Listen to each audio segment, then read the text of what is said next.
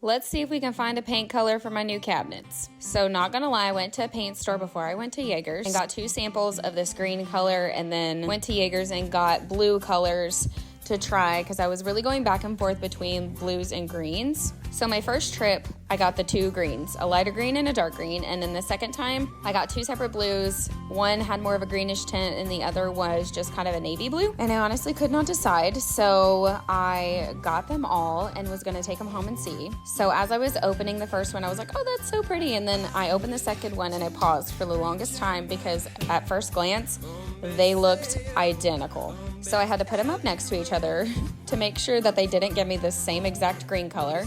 Sure enough, they didn't. One was a little bit darker, one was a little bit lighter, and by the time they dried, they were totally different. So I was not loving any of these colors, so guess what? I went back to Jaegers. So this time I got a very pale green and a brown, like a dark taupe. And taupe was not on my radar at first, but I saw the swatch and I was like, you know, that might work. So my countertops are making it a little hard to be able to actually land on a cabinet color, so I will love your guys' opinions. I definitely am in between the light pale green and this dark taupe, and I tagged some pictures at the end of this video, and I might do like a poll if I can. And at this point, I was extremely frustrated because the second time that I came home from Jaegers, I was just super disappointed because the cabinet guys told me that when I came home, the doors would be on. And guess what, you guys?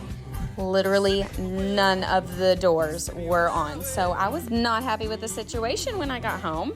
So now I have to keep toddlers out of the kitchen cabinets all weekend because they told me they weren't going to be back until Monday. So anyways, these are the 2 colors that I landed between, and this is the hardware I'm going to install. What do you think?